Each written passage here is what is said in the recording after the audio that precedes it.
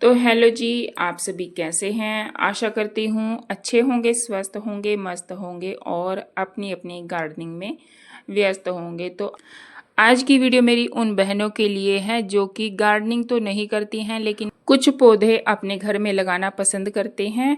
तो उनकी जानकारी नहीं होती केयर करने की, कैसे हमें केयर करनी होती है, क्या हम खाद डालें, क्या हम फर्टिलाइज़र दें ताकि हमारे पौधे स्वस्थ बने रहें। जैसे करी पत्ता हो गया, गुड़हल हो गया, चांदनी हो गया, गुलाब हो गया, तुलसी और अपराजिता। तो इन सब की देखभाल कैसे करें? मैं आपके साथ एक ऐसा फर्टिलाइज़र, एक ऐसा एनपीके खाद आपको आज बनाने की प्रक्रिया बता रही हूँ जो कि इन फूलों का साइज भी बड़ा करता है, पौधे की ग्रोथ को भी बढ़ाता है और आपके प्लांट को हरा भरा स्वस्थ रखने में बहुत मददगार होता है, जो कि मैं अपने सभी प्लांट में देती हूँ। और ये देखिए मोस रोज का भी कितना बड़ा साइज है। और ये देखिए गुड़हल के प्लांट से मैंने अब की बार कितने फ्लावर कलेक्ट कर लिए हैं और इनको सुखा रही हूँ।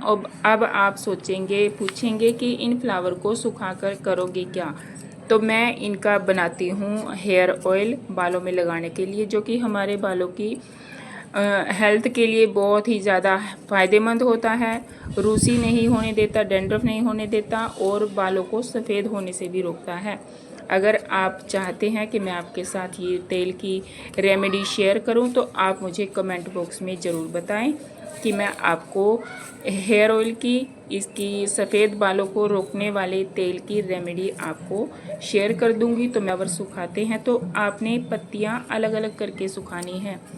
अगर आप ऐसे ही डाल दोगे तो ये फ्लावर आपस में चिपक कर सड़ जाएगा, सूखेगा नहीं। तो ये देखिए कितनी सारी क्वांटिटी में मैंने फ्लावरों को सुखा लिया है और इस तेल को मैं 2 साल से यूज़ कर रही हूँ अपने बालों पर भी और अपनी बेटी के बालों पर भी। तो मुझे फ़र्क दिखा है, बालों को सफ़ेद होने से बिल्कुल रोकता है। 100% मुझे इसका जो है रिज़ल्ट मिला है। तो आइए वीडियो में आगे चलते हैं। मैं वंदना स्वागत करती हूँ आपका अपने YouTube channel beauty of nature with Vandana पर। तो ये देखिए आज हम इसी की रेमेडी बताने वाले हैं जो कि एक दमदार, हेल्पफुल और हाई पावर एनपीके खाद जो हमारा बनकर तैयार होता है। वो उसके लिए हमें क्या क्या चाहिए? उसके लिए हमें चाहिए केले के छिलके सूखे हुए और चाय पत्ती अच्छे से ड्राई की हुई, यूज़ की हुई चाय पत्ती है।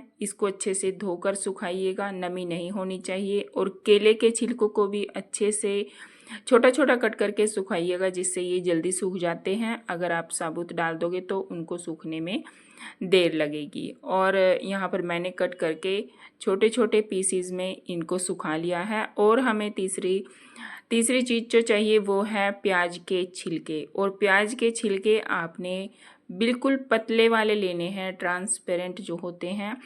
मोटे वाला छिलका हमें यूज़ में नहीं लाना है, क्योंकि जो भी गुण है वो इसकी पत्ते में ही होते हैं। प्याज के छिलके हमारे पौधों के लिए बेहद फ़ायदेमंद होते हैं, जिन्हें हम कई बार आम तौर पर कचरा समझकर फेंक देते हैं। इनमें पौधों के विकास और सुरक्षा के लिए बहुत ही ज़रूरी पोषक तत्व पाए जाते हैं, जैसे पोटेशियम, कैल्शियम, आयरन, मैग्नीशियम।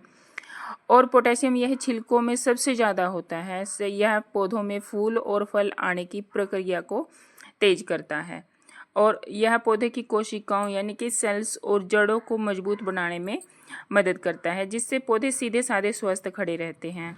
और बहुत सारे गुण होते हैं जो हमारे पौधों के लिए बेहद फ़ायदेमंद होते हैं। और ये चाय पत्ती जो होती है इसमें नाइट्रोजन होता है और नाइट्रोजन आपके प्लांट की पत्ती को हरा भरा रखता है। और केले के छिलके पोटेशियम, फास्फोरस और कैल्शियम का एक बहुत अच्छा प्राकृतिक स्रोत होता है। यह फल और फूल वाले पौधों के लिए बेहद फ़ायदेमंद होता है। तो यहाँ पर हम इन तीनों चीज़ों को मिक्स कर लेते हैं। जितने क्वांटिटी में आपने केले के छिलके लिए हैं, यानी 1 कटोरी केले के छिलके और 1 ही कटोरी आपने चाय पत्ती लेनी है, यूज़ की हुई, धोकर अच्छी तरह से सुखाई हुई। और उसके बाद लेनी है आपने 2 भर के 2 मुट्ठी प्याज के छिलके, ताकि इनका पाउडर जब हो तो 1 कटोरी के समान हो। तो समान मात्रा में आपने ये तीनों चीज़ें ले लेनी है। उसके बाद अब हमने इसको मिक्सी जार में डाल के इनको पीस लेते हैं। और यह इतना बढ़िया एनपीके फर्टिलाइज़र मतलब खाद आपका बनकर रेडी होता है पाउडर फॉर्म में, जो कि आपके पौधों को बेहद स्वस्थ रखता है और फल फूल लाने में मदद करता है। तो यहाँ पर मैंने इसको पीस लिया है और ये देखिए ये हमारा पाउडर फॉर्म में एनपीके खाद हमारा रेडी हो चुका है। अब आइए जानते हैं इसको आपने पौधों में देना कैसे है। ये बहुत बड़ा मायने रखता है ये पॉइंट कि आपने कितनी मात्रा में, कौन से पौधे में कितनी मात्रा में इसे आपने देना है। और आप इसको एयर टाइट कंटेनर में यानी कि हवा बंद डिब्बे में आप इसको भरकर रख सकते हैं।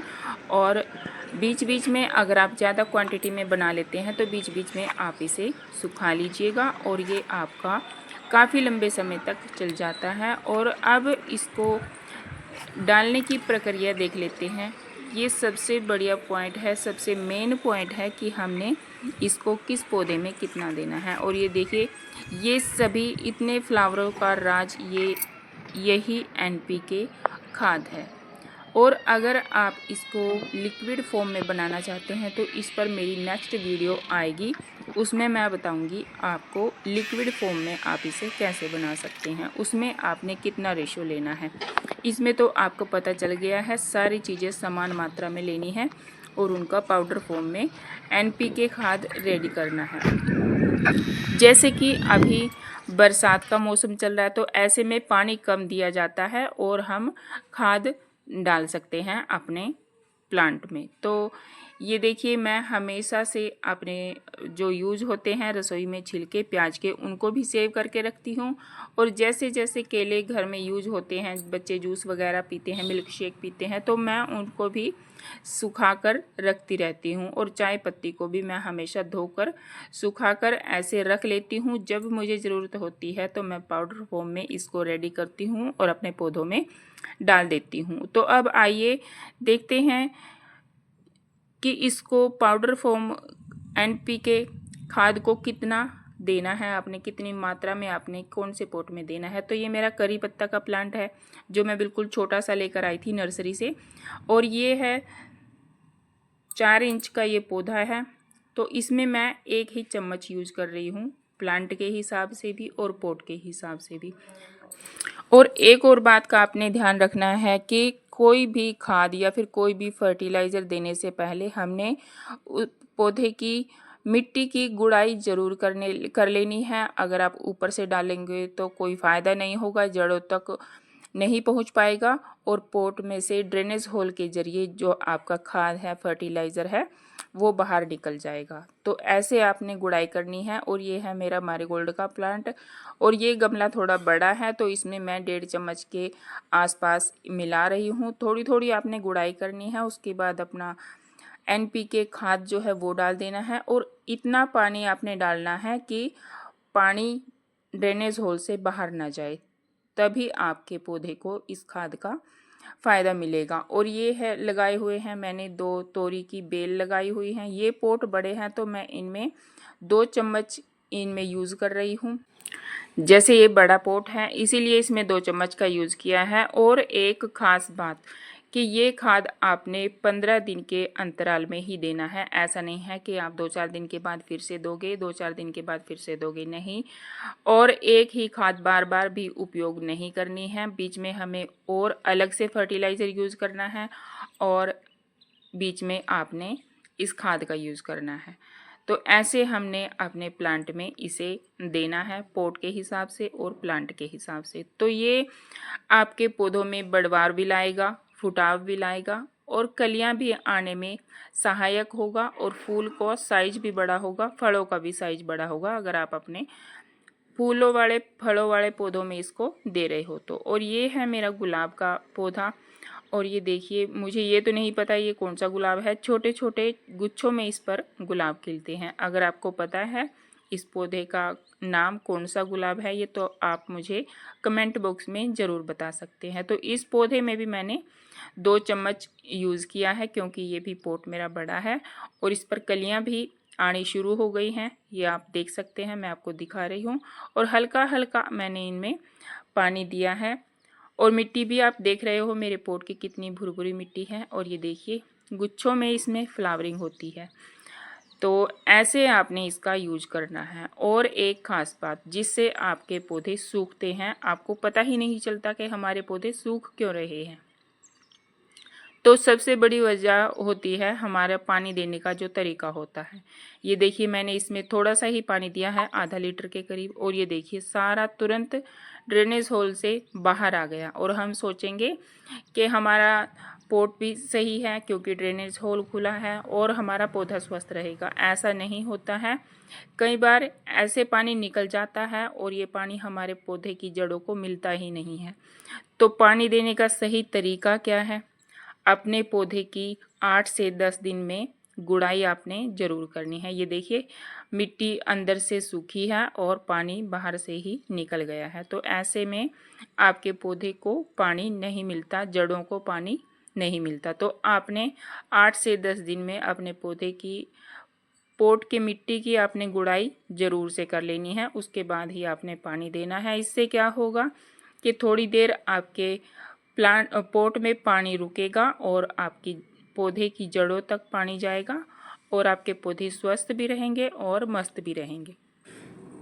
और ये देखिए मैंने थोड़ी सी इसकी गुड़ाई करके पानी डाला तो इसमें थोड़ी देर के लिए पानी रुका भी है और ड्रेनेज होल से थोड़ा थोड़ा निकल रहा है, निकल तो रहा है बट थोड़ा थोड़ा। इससे आपके पौधे की जड़ों तक भी पानी पहुंच जाएगा। और ये देखिए कुछ दिनों बाद, पानी देते देते कुछ दिनों बाद हमारे पोट की मिट्टी ऐसे सूख जाती है जैसे मेरे इस पौधे की सूखी हुई है।